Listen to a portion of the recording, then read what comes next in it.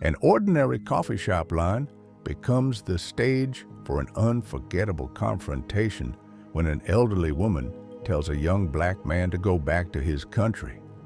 His reply doesn't just silence the buzzing cafe, it changes the entire atmosphere. The coffee shop was buzzing with the morning rush, a familiar symphony of grinding beans, steaming milk, and quiet conversations. It was a crisp autumn morning in a bustling city neighborhood, a place where strangers stood side by side, united by their shared need for caffeine. But today, the comfort in a routine was about to be shattered in the most jarring way. Before we continue, tell us where in the world you are watching from. Drop it in the comments below. And if you enjoy this story, don't forget to like the video and subscribe for more powerful content like this.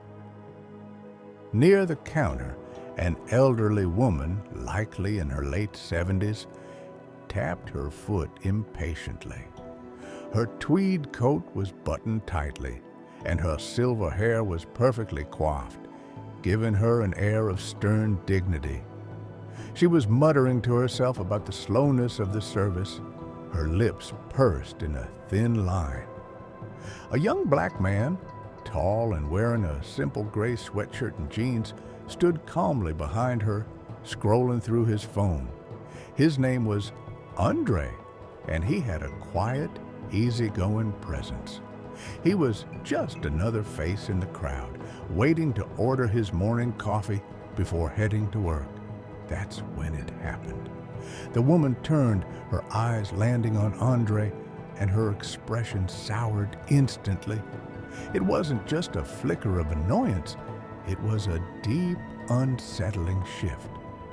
"You people are always in the way," she said, her voice sharp enough to cut through the low hum of the cafe. Andre looked up from his phone, startled, his brow furrowed in confusion. Before he could say anything, she continued, her tone dripping with venom. "Why don't you just go back to your own country?" The air went still. The barista paused, milk frother in hand. A student typing on her laptop stopped mid-sentence. The gentle rhythm of the morning broke, replaced by a thick, uncomfortable silence. Every eye in the small shop shifted toward Andre and the woman. Andre's first reaction was pure shock. He could feel the heat rising in his cheeks, the sudden weight of every stare. He could have yelled, he could have walked away, but he did neither. Instead, he took a slow, deliberate breath, his face a mask of calm as he processed the woman's words. She stood her ground, clutching her purse like a shield, her chin held high as if she had just stated a simple fact. The tension was suffocating. A man in a suit lowered his newspaper, watching intently. The young barista looked helplessly toward his manager, who was frozen behind the counter. The silence stretched on, heavier than any shout could ever be, setting the stage for what was to come. Everyone waited, holding their breath. Andre set his phone down on the counter with a quiet, deliberate click. His movements were slow, measured, as if to counteract the frantic energy of the moment. He didn't raise his voice or step closer. Instead, he met the elderly woman's glare not with anger, but with a profound and disarming seriousness that made her falter for just a second. "You said I should go back to my country," he began, his voice steady and clear, easily carrying through the silent room. "So, let me tell you about the country I come from." He paused, letting his words hang in the air, ensuring he had everyone's complete attention. "My great-great-grandfather was born in Georgia," he continued, his tone even but firm. "He was a slave. He wasn't seen as a man, but as property. He worked fields from sunup to sundown, building the wealth of a nation that refused to even call him by his own name.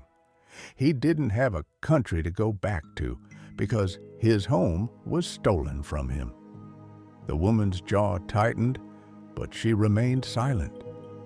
The other patrons were no longer just spectators. They were captivated. My grandfather, Andre went on, his voice gaining a quiet power, fought for this country in Vietnam. He dodged bullets and watched his friends die for the flag, only to come home and be denied the right to sit at a lunch counter or vote without being threatened.